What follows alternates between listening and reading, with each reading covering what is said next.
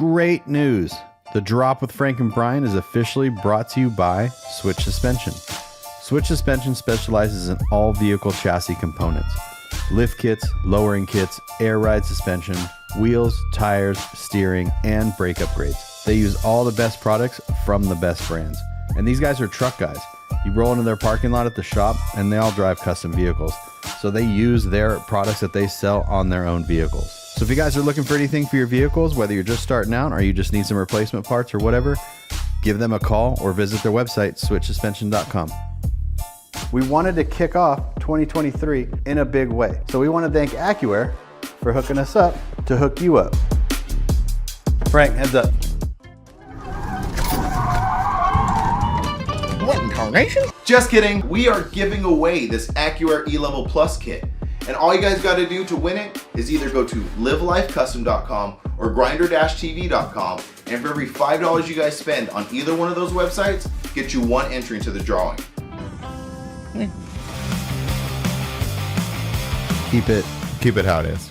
Yeah. Keep it to what we know. I don't know. What do we know? I don't know. We don't know.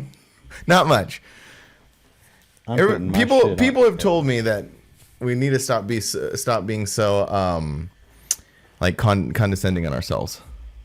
I've heard that, and then I've gotten a lot of messages about this last episode where we just kind of were ranting, and they were just like they loved it. Oh, really? Oh, Yeah. I thought you were gonna say they hated it every second of it. Every person I've talked to, whether it's like because you have I have like 4 or 5 people that after each episode they listen to it, they'll give me feedback, not like bad or good feedback, just like, hey, I really like this, or this cool. was funny, and like that one got the most,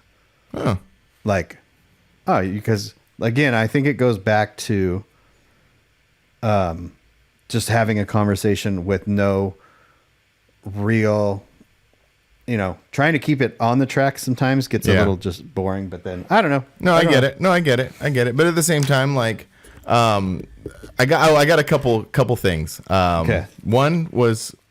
One's funny and one is like a topic that we could talk about loosely, I guess. The loose topic was someone said that on the last episode we were just starting to kind of talk about Barrett Jackson, so that they thought it would be interesting to kind of hear more about that. Which I have a lot of questions and thoughts. That was today's plan. Yeah. Yeah. We're sticking to that plan. Yeah. So it was just funny that someone said like, hey, talk about that more. And I was like, yeah, we are. Don't worry, we are. And then the second one, this is just a funny offhanded comment. So Kenny Vanderberg, our buddy Kenny. So he's I asked a question that you kind of answered, but you never answered, and it's very simple, and we can wrap it up in like a few seconds. He asked like, which one is the better driver, me or you? And I said, I remember that. I remember that question. I said, Brian, full stop. Like, well, no doubt. Better is like as in what? As in just like no, as in everything. You're the better driver. I don't know if I'm the better driver. No, you are. I think we're equally just fine drivers, but when you get tired, that's it's when all over with. That's over when things with. Go off the rails. Yeah, I get legitimately. Sometimes I'm like, you worry? Yeah, because you're just. I don't know what it is. You go into this mode of where you're just. I go into like super focus mode, and as long as I'm driving straight and with no other distraction, I can drive forever. But then like that second, like, okay, got to get off the freeway. It's funny. It must be like we're going along and I'm like so focused, like drive, just keep straight. Go. Everything's going good. And then I'm like, okay, we need to get off and get gas. And then my brain's all, okay, see you later. I'm checking out. Your brain just keeps going down the highway. Yeah. Well, my brain doesn't. My freeway. brain is like that. That's checking out, and then you're on your own just to get off the freeway, because that's when all that's when the interesting things happen, is coming off the freeway when I don't stop and I just come in super hot. Like I can't count how many like off ramps we've come off just super freaking hot. Yeah. But I don't know if it's because I'm such a slow grandpa type driver that like I'll get up to speed and then I let off the gas and then I stay at that speed. But like I don't. You don't. I just and go. Chelsea's the same way. She'll just get on the gas. Like we're going through the neighborhood and it's like I'll get up to like 20 miles an hour and then I just stay at 20 miles an hour. she just keeps going until she has to slow down. Yeah. And I'm like, what are you doing? You're just that. Yeah. That's what happens. And then I remember one instance in particular, and this sticks with me all the time. We were going through Texas, and I think we were just outside of like San Antonio, I think. And you're driving. I'm sitting in the passenger seat, and I'm sitting there like this, and you change lanes, and I see this like the back of this rig, and this car comes in just hot. Just I don't know if you remember, it just came in super hot and almost like nailed the back of this truck. And like we had just moved over, and the car came into our lane, and I'm like, oh my God, what happened? And you're like, oh, I saw that a long time ago. Like you had already been prepared. If it was me driving, that would have been a wrap right there. We would have got annihilated. I don't know what it is, but I had a little Volkswagen Passat station wagon one time, and I was on the 10 freeway leaving, when you go leave Redlands and you go up the hill and then you drop down into Yucaipa. Uh-huh.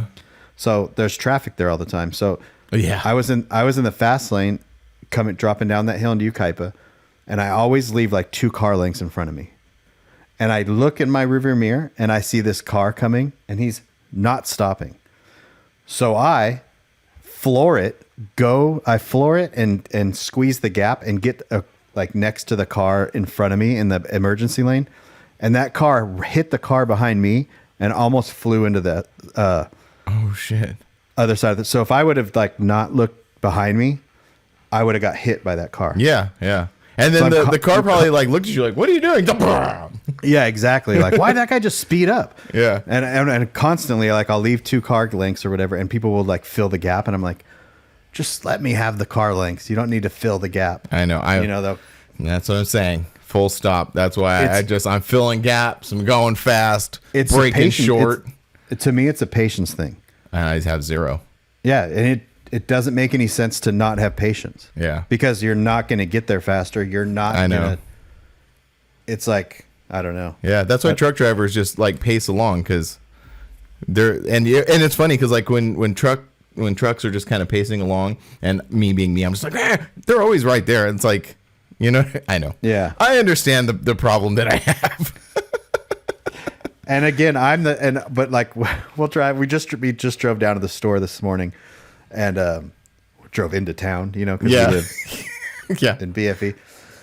So I was like, there's a 12-mile path or 12-mile road between my house and the store, and it's a 55-mile-an-hour speed limit. I do 65 miles an hour. Mm-hmm. Chelsea does 80 miles an hour. Dang. So put I'm her like, on blast. No. I know. Yeah. She's the one that's gotten pulled over for speeding on that road, not me. Right. Yeah. So she's like, are you going to drive or am I going to drive? I'm like, well, if you drive, you're going to hear me telling you to slow down the whole time. Mm-hmm. If I drive, you're going to be impatient because I'm driving too slow. So it's up to you. Yeah. Right. What path do you want to take? What do you want to deal with? That's pretty funny. That is funny. Well, what's been going on? I'm about to show you. So like, last week I said, in the next few episodes, I'm going to be coming with show and tell stuff. Dropping merch. I'm going to be dropping merch. Look at that. And if you're listening to this, Frank is showing our new t-shirts to the camera. Look at that. Look at that. Look at that. Let's show you. Look at this. I love that. I think it's really cool. I think because, like I said, I'm all just putting it in front of the mic so no one can hear me. I know you're right. The first thought is always to do like the alternate logo, kind of small on the front and the big logo on the back. But I thought this time we would mix it up, and then put the small logo on the front, big logo on the back, and I think it turned out super killer. I also like it because you don't know what it is. You know what? I said the same thing, and and was it you or I forget which one you guys told me, like it was definitely Angie. So like I was like, I was explaining to her the idea, like doing the big D on the back, doing the small drop on the front. P.S. I want people to see, because this D is gonna see it from like miles away. Yeah. And I was like, I want people to be like, oh, what is that? And she's all like, man, that's always it with you. you always want to be obscure and like, what is that? Like, oh yeah, I guess. But this is even more obscure because there's no truck on it. Mm-hmm. There's no microphone on it. There's no camera on it. There's no nothing. Yeah, our names aren't on it. It's just the drop. Yeah, and I like that because sometimes when that's a unique thing to a brand is like not it's just that. So if we can just brand this logo, then yeah, I think it's really cool, and it's gonna be really cool to see people wear them and see this giant D off in the distance. I don't know. It's gonna be cool. So yeah, they're gonna be available at LST. Yeah, they're gonna be available at LST. I finished the shirts. I got the sweaters coming tomorrow. So we're gonna have sweaters and we're gonna have T-shirts at LST. And then somehow we'll figure out how to get them online because I've had a few people ask me about that who aren't gonna be, going to some of these shows. That's just it. I think you just have to go to the shows to get them. Oh, I like that. We're not going to make it easy for you guys. Yeah. These are not like we didn't make a ton of these. No. Yeah, there's not very many. So if you want to get them, I like that. They're $500 a piece. Well, I was going to say $550. No, I was kidding. Rip the tag off, and they're made in America. Yeah. Rip the tag off and print an American flag on there. Yeah, that's it. Then no one can. They don't know. Oh no, we're just very patriotic around here. Yeah, but So anyway, we haven't figured that out if we were gonna. I think maybe they might not go online right away, but once we start getting a stock of them, like then because we're gonna be at LST, we're gonna be at Forbidden, we're gonna be at Mini Nats, so we're gonna be Rolling East Coast, West Coast, South. Like you might just have to wait to get one. Yeah, I like that exclusivity. Yeah. So that's what I've been working on. Still had a day yesterday where I panicked. Is it panic the right word? I don't know. Anxiety, anxious. Like I was like, oh my gosh.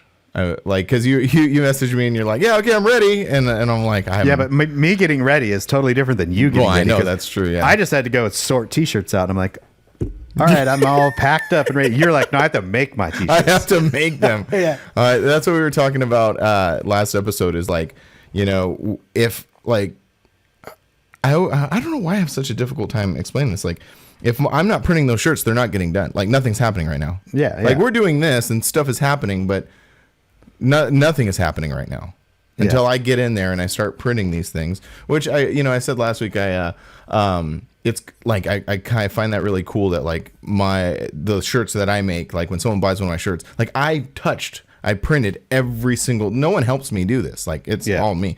I mean, granted, Angie helps me with the art and stuff, but the actual physically making the product, it's all me. Yeah. So you're in complete control, essentially. I'm in complete control. As long as you have the supplies.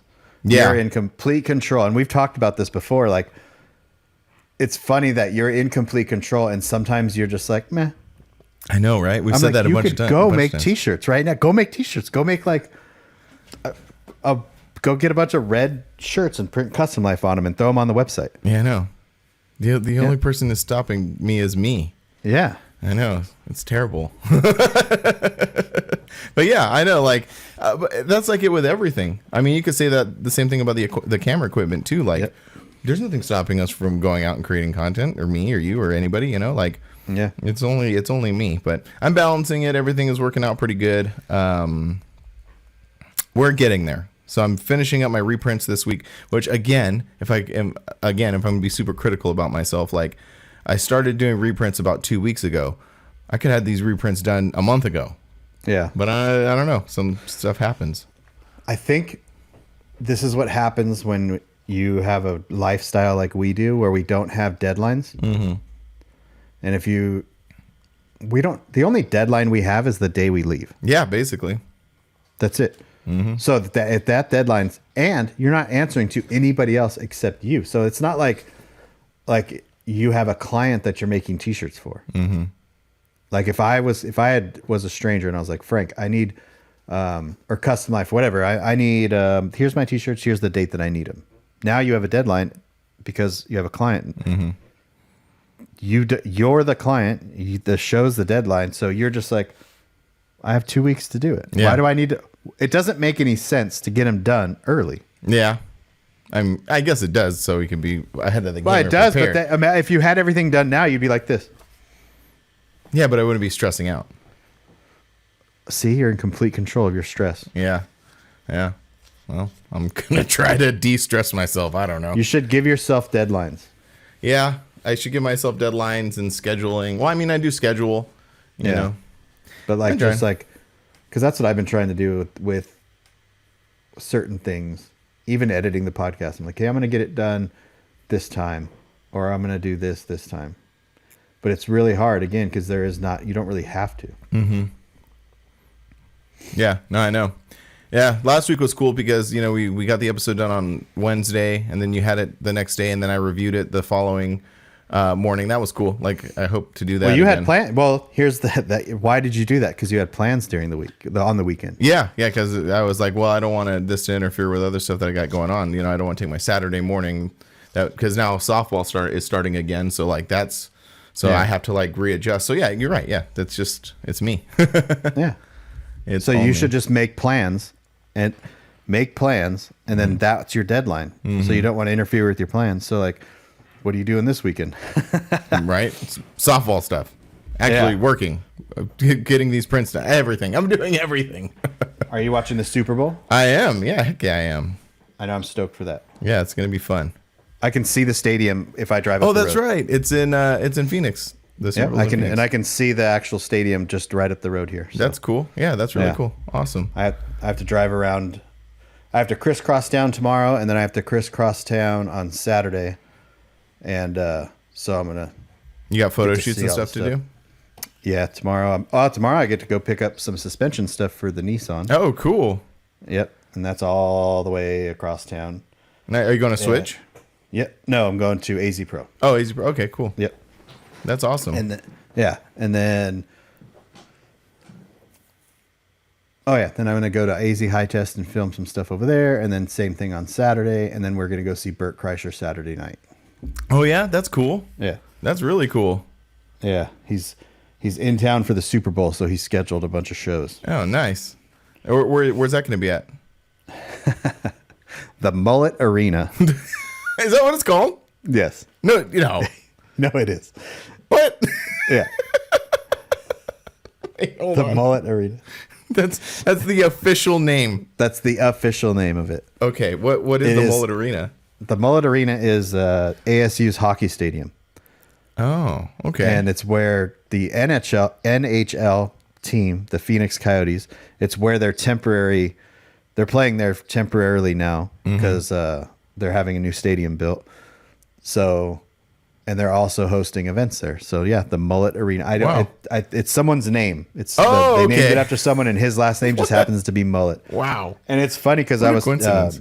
David Spade's from out here. I did not know that.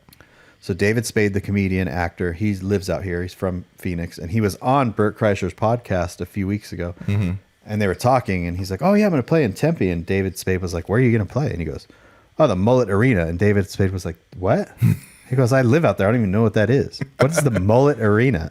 That's funny. It's very funny that it's a hockey stadium because mullets are pretty synonymous with hockey and Bert Kreischer. Like it all fits. It all fits really well. Oh yeah. Bert Kreischer, mullet. I was gonna grow my beard out, put my Dixon flannel on, and head on to the Mullet Arena. Heck yeah, go a night out on the town. Yeah, that's awesome. That's cool. Yeah, how was the Dodger thing? Oh, that was really cool. Yeah, so last weekend I went to this thing called Fan Fest. And what it is, it's basically just they open up Dodger Stadium for the fans to come. It's sort of like the kickoff to the season. You know, you go down to the stadium, you kind of walk around, look at stuff. They have like different activities. They have different players. So the Fan Fest itself is free, but you can buy like VIP packages and you can like go meet the players or get signatures done. That's all. Yeah, obviously I don't do that, but we walk around and then we took the kids and. They have different activities, and like some pros are walking around, so that was really cool. Not like walk around freely like that. Like they were doing stuff on the stage over here, and then they were walking over to where they have the TV stuff going on, and so they're surrounded by security guards, but it's pretty cool. And then you see these people, and you're just like, whoa! Like one thing that kind of blew my mind is there's this guy named he's a new player. He just came up from the minors, and his name is Miguel Vargas. On TV, this dude looks tiny, and I just figured that he was just like this like tiny dude, you know, like minor league player, like he's younger. The dude is a monster in real life. I'm like, that's crazy because like there's some dudes who look huge on TV, so like I could only imagine like What those the other dudes. guys? Yeah. I couldn't imagine. Like there's this player named Joey Gallo. I don't know who that is. He played on the Yankees, and then he played on the Dodgers a little bit last season. And that dude on TV looks like a monster. And I could only imagine what that dude looks like in real life. It would just blow my mind. These guys are machines, man. Yeah, it's crazy. But did you what was I gonna, have you thought about coming out for spring training at all? So we were like, this was the year that we were like, we're gonna do it. Me and Andrew were like, we're gonna do it. But I don't know if you've heard of the thing called the World Baseball Classic or something like that. Yeah. Okay, so all of like Mookie Betts, Freddie Freeman, like all the like superstars are gonna go play in that. So because like the allure of going to the spring training games is that it's a much smaller park. It's more intimate. Like you're watching a game and you're like kind of more close to these like superstars and get to watch them play up close. Because when we go to Dodger Stadium, I mean we're sitting up high, you know. Yeah. And so that was the allure. But those guys are not going to be there. So Angie's like, I don't want to go. I was like, okay. But we were ready. Like we were ready. They're not going to be at spring training. They're not going to be at spring training because they're going to be playing in that World Baseball Classic thing. Oh, so they won't be at spring training at all? No, I don't think so. I mean, I can't say for certain, but I don't. Yeah, because I think that's like they have to be, right? I have no idea.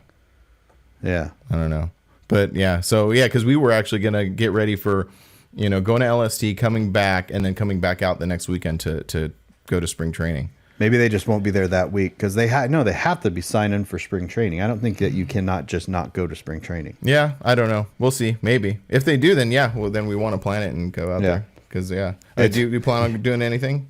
I want to go to a couple games. Oh, cool. The Dodger Stadium's really close to our house. Yeah. The Cubs is way on the other side of town. But what is that like what is that? The east side? The east side, yeah. I think it's in Mesa. Oh, okay.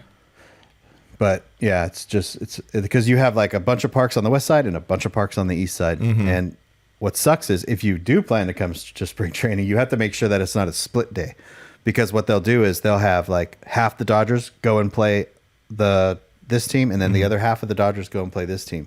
Oh, and then it kind of sucks because you're like, I don't know any of these fucking players. Yeah, you get all the minor league guys.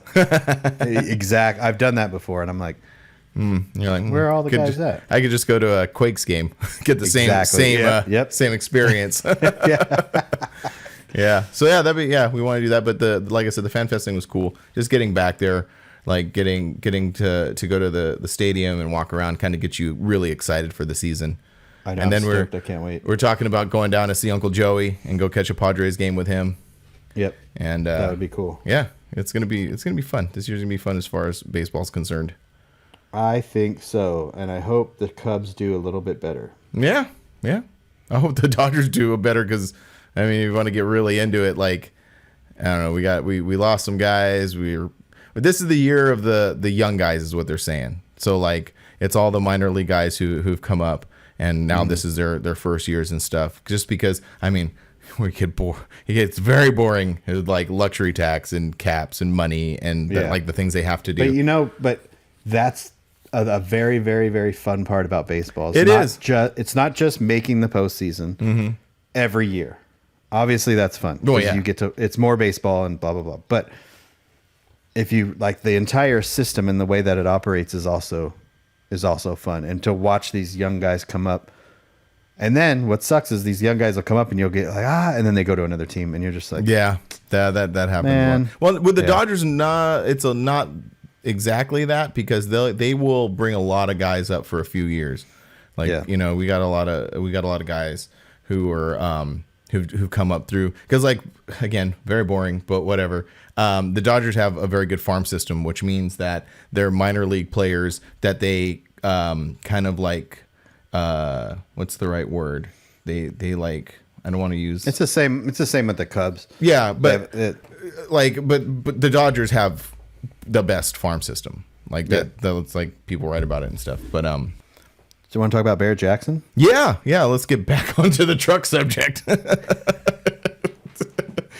Yeah, I do. So I have a lot of thoughts on that, and I guess we'll start. I don't know where we're gonna start. What are your thoughts? Because you haven't been there, right? I've never been. No, I've only watched on TV, kinda. Like you watch pretty intently. Like you watch. Like I watch every single day. I watch if I'm here, it's on. Yeah, I don't do that. I the most I ever actually watched it and paid attention is when Frank's truck went across. I think that's a good place to start. I think a good place to start is kind of you explaining that experience. You kind of talked about it in a previous episode, but yeah, I think that'd be a good place to start. Just my experience or the overall Barrett Jackson experience? Both. I guess that's a good, because we're going to talk about that. Mm-hmm. So that was my first time going, was last year, so 2022, and it's in Scottsdale, which is on the other side of town here. And so Barrett Jackson is just a small, they just have a small place in Scottsdale. So where they have the actual auction is called Westworld, and it's where the Good Guys shows is. It's where it's just a big, like, it's kind of like the LA County Fair. Okay. So it's like that. But Barrett Jackson has evolved from just a small car auction at their tiny little building in Scottsdale there. I think it's in Scottsdale, whatever, to this insane SEMA-like event where you have OEs like Chevy and Ford and Toyota displaying their brand new cars. They're debuting new models there. It's almost like the Autorama, like in Detroit. I don't know because I've never been to the Autorama or paid attention to what the Autorama is. Mm-hmm. As far as I know, the Autorama is just a car show. Oh, okay. Then what is the? Oh, yeah. Okay. Yeah. So Barrett Jackson is an auction. That's all it is. There's no like car show part where you just show your car. There is like a Barrett Jackson top 50 where they display 50 cars and they vote, and then whatever they do that. But every car there, like when you walk into Barrett Jackson, you buy your ticket, you walk in, and it's just displays from OEs and vendors, but they're all the cars there are for sale. Okay. So there's not just like a specific area for a car show. And then those trucks or vehicles, they start on Monday and they run it through Sunday. And the cars start, like the ones that start on Monday, Tuesday, Wednesday. Some of them are nice, but they're kind of like if you could go there and buy a car for $10,000. Mm-hmm. Like you don't have to go there and spend a crap ton of money. Like you can find really good deals there. Really? I think that's a big misconception. It is a big misconception. So Saturday, they call it Super Saturday. And that's like when Frank's truck went through. That's when Hogan's $400,000 K5 that they sold. That's what I want to talk about. The two that Jeremy and the two Broncos that Jeremy and Frank built. Mm-hmm. They $808,000 for both of them. Mm-hmm. Wow. So $400,000 a piece. Yeah. One was like, it's crazy. So like, then the supercars, like the super, super rare supercars. But, Monday through like Thursday is just kind of, you can go there and buy like a Chrysler 300 for like $10,000. Yeah. Which still, relatively speaking. Well, you could, they don't, I'm not saying that's $10,000. Like some of them go for $5,000, $6,000, $25,000. Frank sold his H2 Hummer, that 4-door white Cadillac, another Cadillac. Oh, he sold that white Cadillac? Yeah, he built that specifically to take it to Barrett. Oh, okay. So that was not a Super Saturday car. That was a earlier in the week kind of car. Yeah, I think he went through Thursday.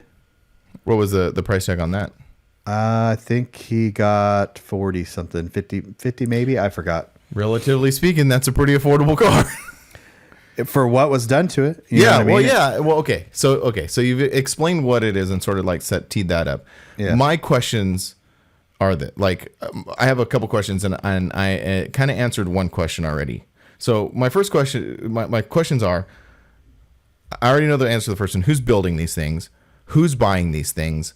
And why they're buying these things. Though I think those are my main questions. So my first question is, who's building things? Obviously, we know who's building them because we know these guys. So we got Trey 5, Eye Candy. Like some are built like those two Broncos were built to sell at Barrett Jackson. The Hogan built Blazers. He built those to sell them at Barrett Jackson.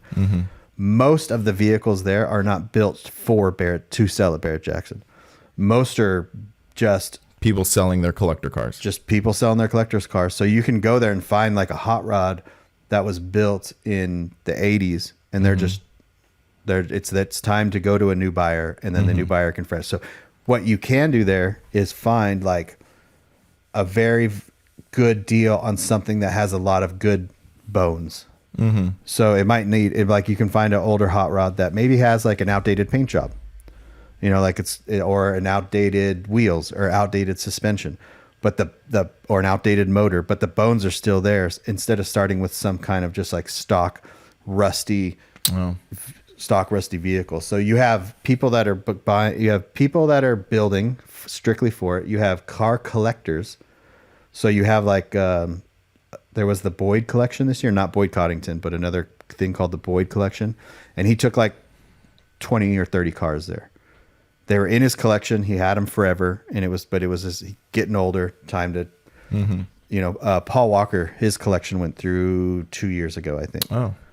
So you have people that are looking for very one-off cars, like the supercars, the Ford GTs that get like millions of dollars. That you're just not like gonna original GTs, like original Ford GTs, original ones, and then obviously the newer ones that they were built in the early 2000s.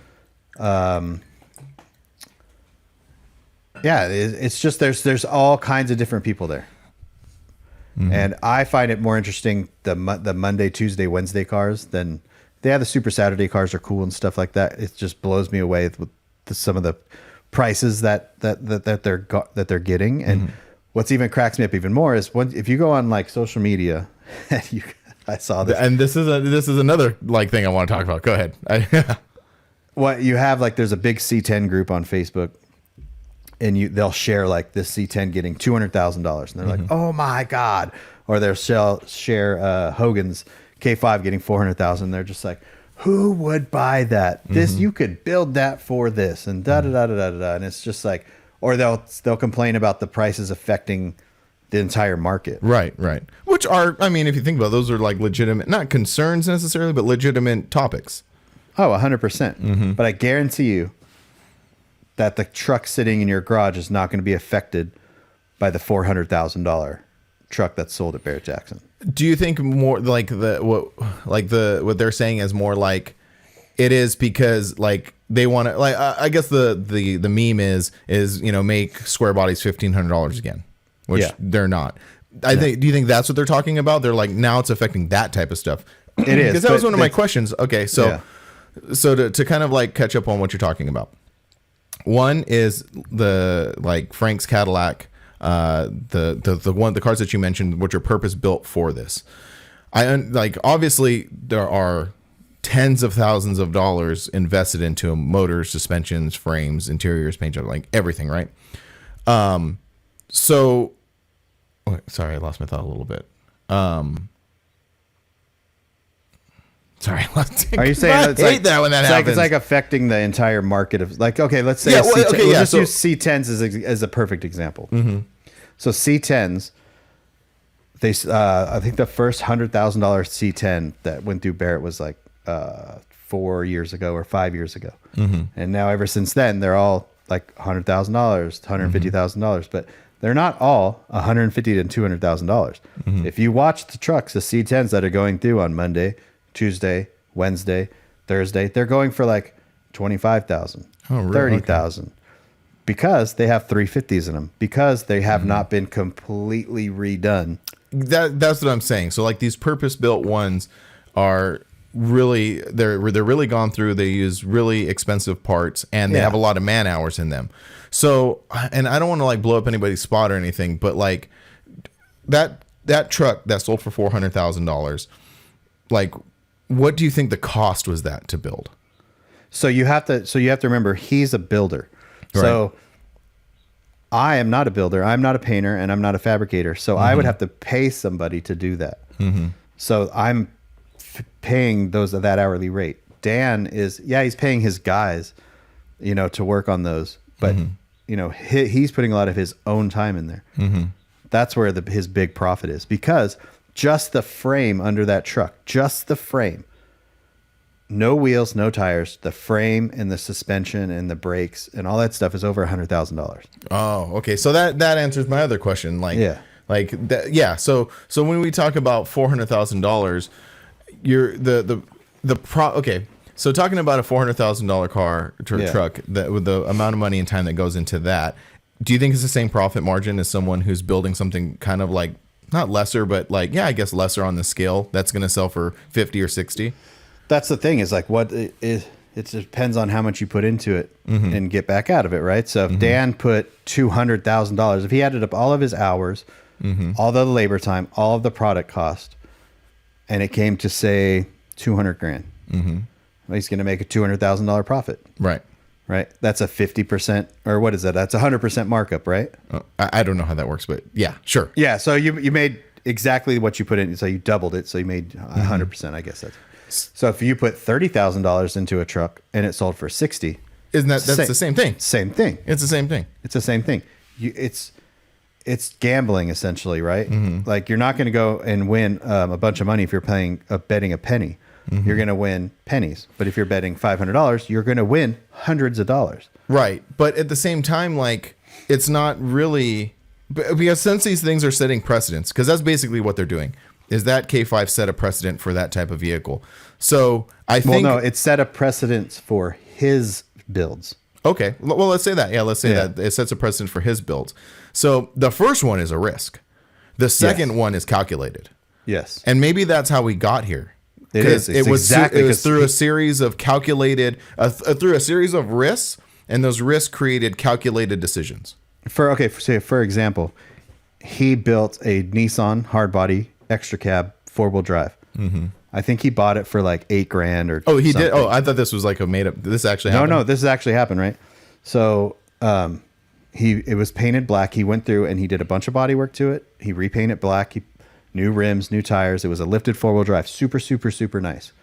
He took it to Mecum, which is another big auction, and he lost money. Oh, really? Yeah. So and then he did the same thing with a Honda Civic hatchback, like a 90s Honda Civic. He painted it because he's a painter by trade. So bodywork, painted it. It was a really, really nice low mile car. Lost money on it. So he's not going to do that again. Because those were the risks, but those were the failures. But had that Nissan took off and did well, then it becomes a calculated risk, because he knows from that previous thing what had happened. And now what happens is, now when you think of a K5 Blazer, a lifted K5 Blazer, his name adds value to it. It's the exact same as a Boyd Coddington built hot rod. Okay. Right, because you have two hot rods. The exact same thing. One's built by Boyd Coddington, one's not. Quality wise, they're the exact same. The Boyd one's going to get more money. It's what's funny is it's exactly what we talk about almost every week. It's branding. That guy created a brand. Yeah. And he did it in a way like now they're all numbered. So he took one last year. It was called Blink, and it was like number 8 or something, and they all have nameplates on them. Hogan built number 9, Hogan built number 10. So they're becoming like these collectible type things, and that's what he's done. He's marketed himself, and so you go online and you see these people like, oh my gosh, and you could have done that. You could have built that for $100,000. No, you could have built yours for $100,000 but using it's not a hoagie shine, a stock frame, not a roadster shop chassis. You know what I mean? You're going to go down to your buddies and get the interior done you're not going to do what they did to those vehicles. Like those Broncos that Jeremy built, there's nothing untouched on them. Sorry, I heard a weird noise. Yeah. So it's not it. Yeah. And trucks are hot rods now. So I was watching these hot rods go through, they're not getting the attention or the money. Oh, really?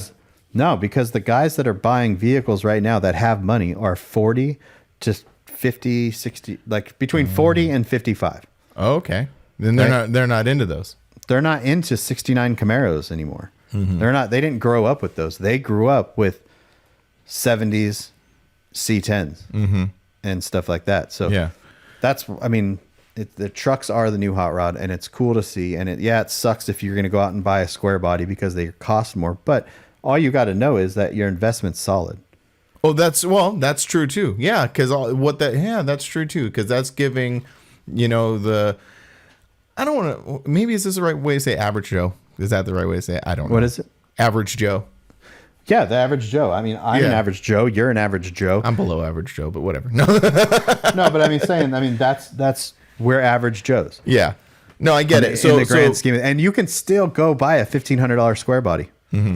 You're not going to get one running. You're not going to get a short bed, and you're not going to get like a desirable year. You know what I mean? Because that is part of my that we're knocking down these questions that I have. So yeah. But so how to like my next because I have a C10 and we'll use this as an example. I have I don't know what year it is. I think it's like 78, 79 C10 step side.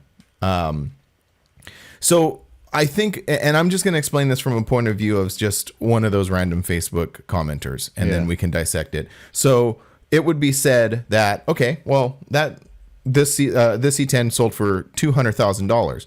So by like proportionate value, like my truck isn't worth $3,000. It's worth like $10,000.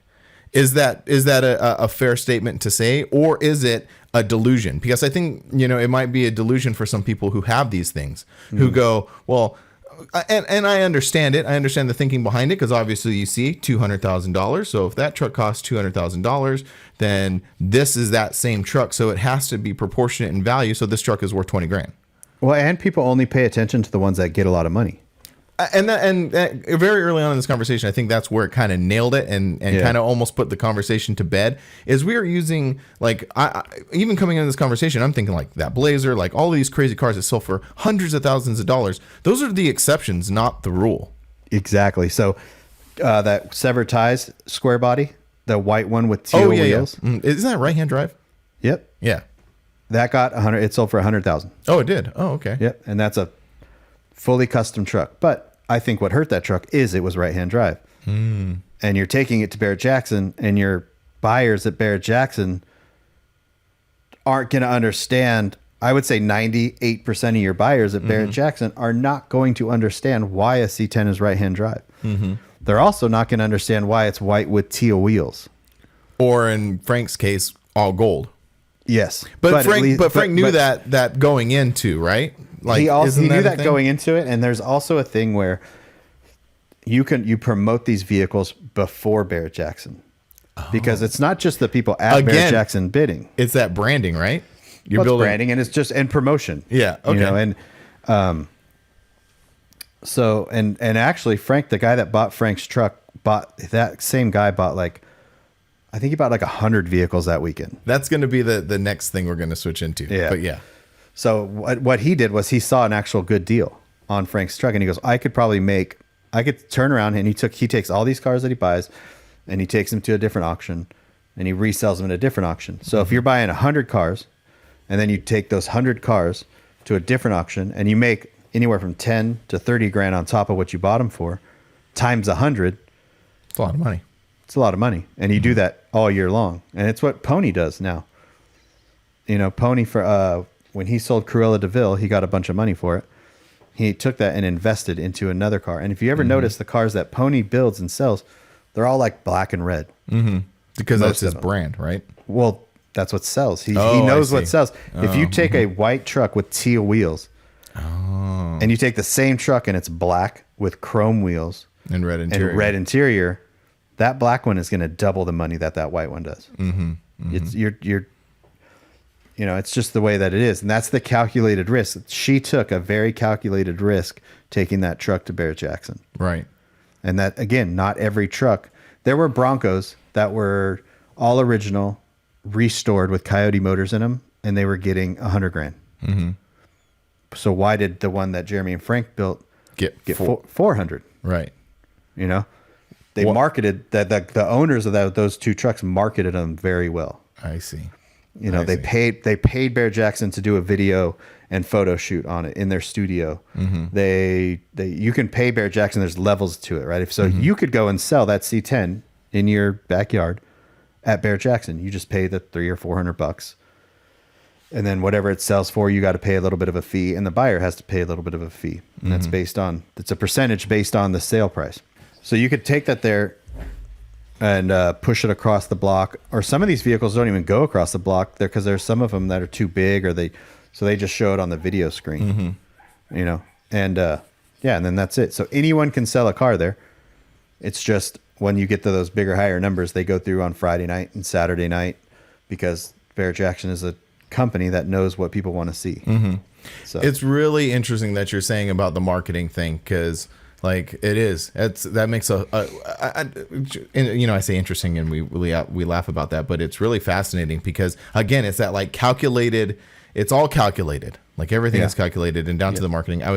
Funny you mention that because I was just listening to the one that you recommended, the Smoking Tire with when Doug DeMero was on there, because he runs that website called Cars and Bids, and he was talked about a lot of things, but one thing that I'm thinking about in particular is how he was saying about how important the pictures are.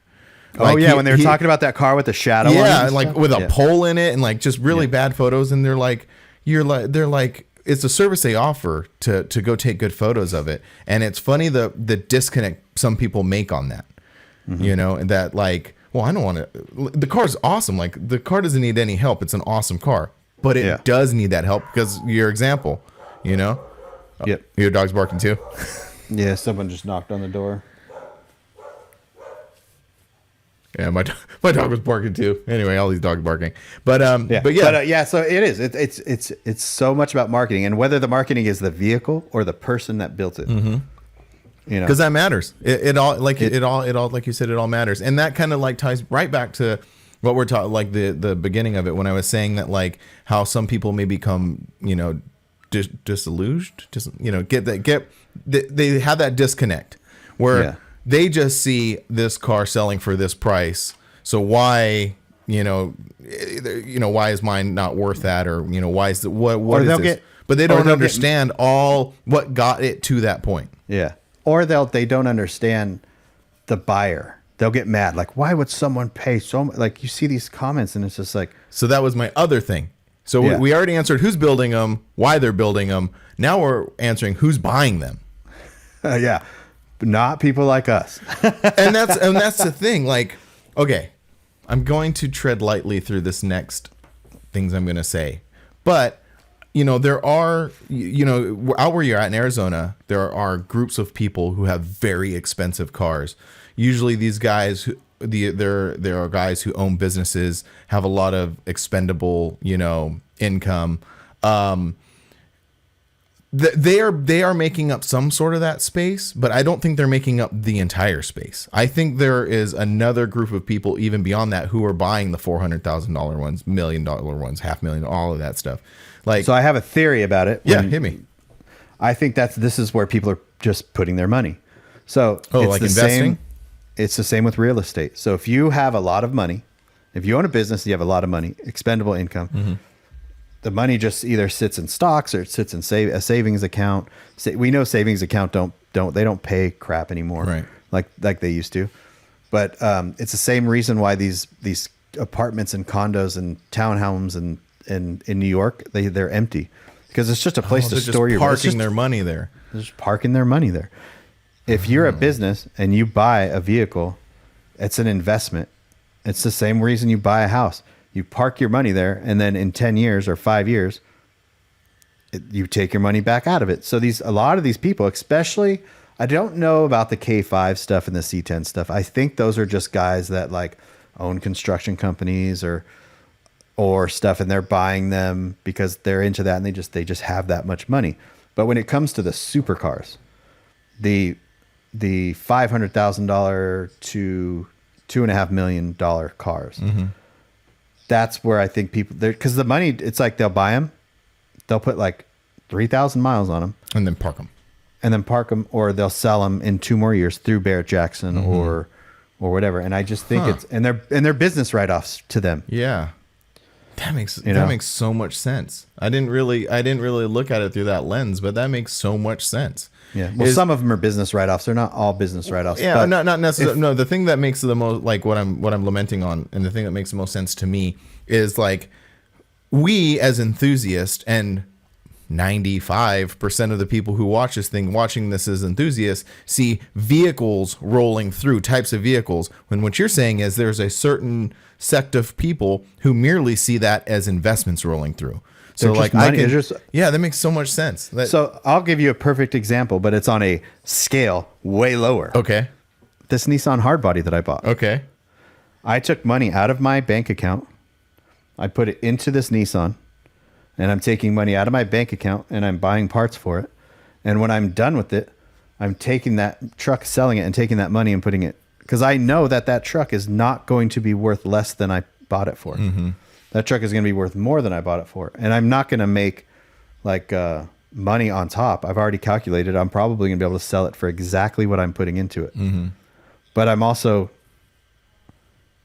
going to be able to write off some of this money. Well, and like we've said before, you're taking a risk because you don't know what's going to happen. It's a very, very low risk. I understand, but what my point is like right now you're taking a risk, but the next one you're going to make is a calculate. Like you already know what to do. You already know what worked and what didn't work, and you're going to maximize your investment on the next one. Yeah, my investment right now is content. Oh yeah, I know.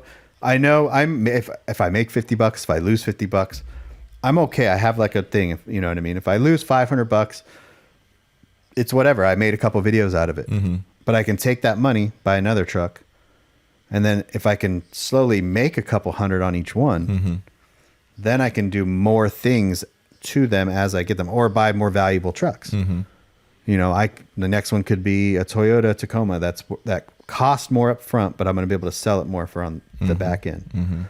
Or I could buy a Chevy C10, and then you know what I mean. Like, no, I totally get what you're saying. Yeah, it makes a lot of sense. So it's just moving. It's all it is it's literally moving money around. Right. Which is funny because we often joke about how many cars I have, or and when I say I have, it's more me and my dad. We have a partnership, and we've been buying and selling cars my entire life. That's exactly what I mean. You know, I don't want to go into great detail about it, but there was a time when my family was buying a lot of cars. Like they were buying a lot of cars for that exact reason. You know, my dad was always like saying like, these are exactly what we're saying. Like these cars sitting here aren't rusty old cars. They're pockets of money sitting there. And, you know, eventually, you know, you're going to pull out. It's just like you said, like it's like a bank account. You put it in and then you take it out. Yeah. The problem is doing that, getting it back out, but that's a completely different story. Well, the other problem that we've always talked about is like 4-door cars. Yeah. Right? So like you have to make sure, like I bought a Nissan pickup because I know that they're only going up in value. Frank took a very high risk by buying that 4-door Cadillac. Right. If he would have bought a 2-door Cadillac, because he bought it to sell it. He didn't buy it because he was like, I like 4 doors more than 2 doors. If you like that look and you're not planning to sell it, like if you're not trying to make money on it, then buy whatever you want. But if you want to if you're like, okay, I'm going to buy this car, I'm going to put a bunch of money into it, and then my goal is to sell it for more than what I bought it for, more than what I put into it, you have to make sure the things that you're buying are worth that. Yeah. Like, you know, like the right year Impalas or the right year Cadillacs, the right year C10s. Because you're not going to buy like a 4-door Cadillac versus a 2-door Cadillac. And if you put equal amounts of money into both of them, one is going to get a substantially lot more money when you sell it than the other one. Which we've seen in real time. Exactly. Yeah. So it's like a long bed Toyota pickup. I'm not going to buy a long bed Toyota. I'm going to try to buy a short bed Toyota if I want to keep that investment, or if I want to put a bunch of money, because I would buy a long bed truck because as long as I'm just know like this Nissan, I'm not putting a bunch of money into it. I'm not motor swapping and I'm not making it a show truck. So you can buy like something like that because you know you're not doing it for the money. But if you were to buy something and you wanted to like put a bunch of money into it, then make sure you're buying the right model vehicle. And just exactly what we're talking about. Like the exceptions to the rule that we're talking about are these cars that are like very sought after, and they're very they're very valuable in that respect. Yeah. Like what's the year Impala? Is it 59 that's getting like all crazy right now, or has been all crazy for a while? I don't know. I mean, any Impala 59 through 60. Well, actually, yeah. Now it's funny also how that window moves too, because when I was a kid, a 65, like there's no way I want a 65. Like 59 to 64, like that's what you're dealing with. But then, and same thing with like C10 trucks. Like no one wanted a square body C10, or there was a time no one wanted like a mid 70s C10. They only wanted early to mid 60s C10s. But that window keeps on moving. You know? And it moves because of attainability too. Because exactly. Cheaper. And so now, like, who would have thought? Like when you move in, like when you look at Japanese cars, who would have thought that like mid 80s Toyota Celicas or Toyota 86s or Nissan 280Zs, you know, certain they're starting to come back in popularity and stuff like that. Like you look at some of this stuff, like you always hear the everyone say, man, I sold that same C10 for $1,000. It's an old trope. Yeah, for $1,000 when I was a kid. You know, but it's like it's real estate too, because I talked to a guy the other day. I was just about to say that. Like, isn't that about everything? Like even like houses and stuff. So up here where I live, I was literally just talking to this guy, and he said that he bought a couple of acres of property. He bought 20 acres up here for $200 and something. Up here where I live, there's 2 acres behind me right now for sale for $200,000. Right. You know what I mean? Like, that wasn't. You didn't misspeak. It was $200. He bought 250. Yeah, this was years ago, back in like probably the 70s. Oh, okay. Oh, yeah. You know, but it's the same thing. My mom and dad bought a half an acre by Canyon Lake in the late 70s, early 80s, and they held on to it for a long time. And then that area grew, and then it became more valuable. So it's like you're trying to forecast. You're trying to predict the future. Right. So. What's next? OBS trucks obviously are going up in value. The NBS trucks. The NBS trucks. There's reasons that they won't. Those probably won't do anything for 30 years. You know. Toyotas obviously are going up, depending on which trim, which years. I don't know. So it's like, what are you gonna do? Are you gonna You have all the room in the world to start collecting cars, and as a savings which already account. did. You know what I mean. But you know, imagine if you filled your backyard right now. If you took $50,000 and you're like, I'm gonna go buy 10 Toyota Tacomas or 20 Toyota Tacomas, standard cabs, extra cabs, mint, and like fully the interior that's there. I'm gonna put car covers on them, and I'm gonna let them sit in my backyard for 20 years. That $50,000 investment will turn into $100,000 investment. Yeah, I know. You're using the example, but that's the reason why on this property we have so many late '60s, early '70s Mopar, the big ones, like were they the B bodies? I don't know what they are. But there's some technical things to it. Like, that was the thing. That was the thought behind it. But you know, also it is extracting that too, like being able to sell them. Yeah, because there's like. If you're going to make a decision on what to buy now and fill your backyard, like say you're like, hey, I'm going to go buy an acre of property or 2 acres of property. I'm going to put a bunch of cars on it. What am I buying? You're not going to win on all those cars, because you might be like, I'm going to buy a bunch of Mazdas. Or I'm going to buy a bunch of this thing. Like, or in my family's case, when we had 12 MG midgets. Those aren't worth money? No, those are not worth anything. Yeah, it's like... because you're it's like that's that like you're just like that guesswork. Yeah, no, that's the thing. Well, and like what the story on that is and the story on how we kind of end up in the Mopar thing too is like my pops went through phases. Like he went through this phase about collecting, because he's English. He's from England. He's English, and so he was like really into collecting like English cars. So he had a bunch of midgets and Triumphs and like a bunch of cars like that. And then he said, "Okay, that was fun." Then he went through his like Mopar phase, but he's getting older now, so like the phases have kind of stopped. So now we're just like here with all these Mopars. So, one of the real interesting things at Barrett Jackson was to watch some of the like 1920s, 1930s, like Rolls Royces or there's all these cars that were made in the 20s that they were huge, right? They had like huge V12s in them, and they're just massive cars. I think they were going for nothing. Really? Yeah, because the people that buy those cars, That are not around anymore. they're not around anymore, right? That's a really good point. Because So now, where- so what you're saying is essentially you can actually wait too long on some of this stuff. Yeah. Mm-hmm. Yeah. So if you're an old man and you have all these cars that you held onto, are they now past their prime? Because the people that are buying them and that are in their 40s, they don't want those cars. Right. That's what they're you said not- earlier. Like they didn't grow up Yeah. with those cars. No. They grew up with Type R Civics. Exactly.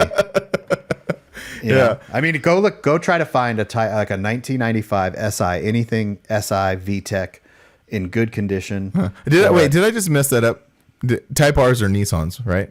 No, Type R's are Hondas. Okay, like I screwed that up. No, like if you go, like try to find a 2-door Acura Integra from the 90s that's a Type R that's like, they're $40,000, or a Supra. Oh, You know, yeah.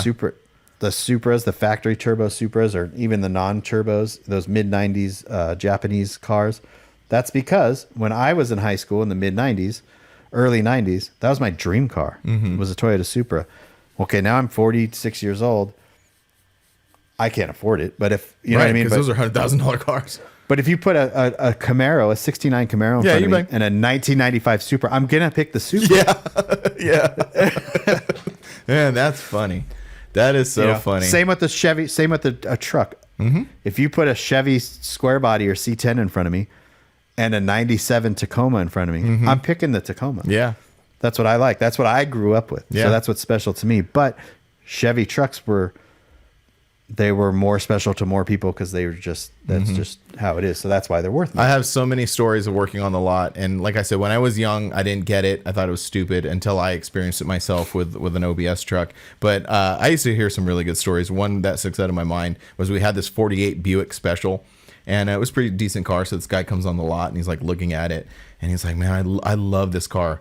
And I was like, "Oh, that's cool." He's like, "Yeah, my pops had one when I was young. I remember right." And I'm like, "Yeah, it's typical." So the same. I feel like I've heard this story 10,000 times, but yeah, go ahead. But then he goes, "Yeah." And one time, what made me really just like stick in my mind about this car is, I guess when he was young, he was playing around. Something happened, and his dad wasn't paying attention and ran him over, like in the driveway or something. And so he was playing something, whatever, blah blah blah. The car ran him over. So they're like, "Oh my God." So they put him in the car and take him to the hospital. So he's like, and that grabbed my attention. I'm like, "No, wait, go on." And so he told the story, and it was like really interesting. He's like, "That's why I love this '48 Buick Special." Yeah, sentimental value is priceless. Yeah. And that could be, I think that plays also a factor into this whole Barrett Jackson thing too. Now It's just a numbers game. More people that are in their 40s and 50s right now grew up with their dads having Chevy trucks. Yeah. Than their dads having Nissan trucks or Toyota trucks or whatever. It's just it's all a numbers game. What's in demand and what's not. So yeah, well, that kind of answered all my questions. Yeah, that was a really good conversation. Yeah, and if you're the guy out there making a comment on Facebook about complaining about these trucks getting so much money, like we should be thankful that these we trucks should are be getting that much celebrating it, really. Yeah, Because it sucks when you go to buy it. Yeah. But at the same time, you can still buy, and that's kind of what I'm doing with this Nissan is I'm showing people that you can still go and spend a budget and still have fun. So you can still go buy a C10 with a small block 350 in it and lower it. You don't need a $5,000 Porter-built kit. You don't need a $40,000 frame. You don't need $10,000 brakes. You can just lower it and have fun. Throw some headers on it, throw some exhaust on it, and some cheap wheels on it, and have fun. The guys that are selling these for $200,000, $300,000, that's a whole different story. Well, and that's the biggest thing is like, I think that's the biggest disconnect is I think, and I'm going to say us, so I can lump myself into this, so I'm not like pointing fingers at people. Like us as enthusiasts, we are viewing it differently. And this is exactly the conversation we've been having this whole time. We are not looking at it through the right scope as these guys who are building them and buying them are looking at them from. Yeah. So I think what we need to do as enthusiasts is step back, really kind of look at the big picture. And like you said, like celebrate the fact that that these cars are doing these amazing things and people are into them. And just kind of like try to take that excitement for those things selling and apply them to like our own stuff. Mm-hmm. I think that's a really good kind of like, thought on that. Final thought. Yeah, I think I like it. Oh yeah. I think it's fun. Maybe I'm, next year I think I'm going to try to pay attention a little more. I know my attention span thing, right? Okay, I know. Yeah. That's a whole episode in itself. Next episode, we are going to dissect Frank's. I knew. I know you pretty well. Yeah. So I know driving, the attention span driving, but overdoing these podcasts. This is episode 41. 41. Over doing these podcasts now, I'm learning way more about your attention span. I was thinking about it yesterday. It's not that I have a short attention span. I just got a lot of stuff going on. Where's all the stuff going on though? Is it all up here? No, you're just thinking about a lot of stuff. Well, it's both. It's like me thinking about it, and then like my life, it manifests it in real time. Because like we say, we're sitting here, we're trying to do all this stuff, and I really dislike like harping on this, but it has to be said is I have kids and a family. Like that is a tremendous amount of work getting these kids to where they need to go. Like, hey, anybody who has a family and kids, I'm like, yeah, I understand, Yeah. Anyway, that is you're getting your children to go places and do things as a family, and just going through about your family life is 100% more important than the podcast that I share with you on Facebook Messenger. But the thing is like, I do need that stuff. Cause I don't want to put you on blast or anything, but you said that sometimes you just need to share stuff with me just to share it. Cause you want to share it with somebody. Yeah. I do when I find myself in those moments when everything is settled and everything is just in those little dark, quiet times, then I'm like, oh yeah, I really appreciate that because it's something that I can leave all the rest of the stuff alone, Yeah. So, but it's also it is well received. But we do. I have a list of movies that I need to watch, that I want to watch, and I always say, I put that on my list. Mm-hmm. I don't watch movies, So because in my downtime, I'm not going to watch a movie. Mm-hmm. So there are so many things that I say, I'm going to get to that in my I'm going to watch that in my downtime, or I'm going to get to that in my downtime. And the whole sharing thing was funny when I said that to you, because there's 5 people that I share things with, and it's all different. Like different content.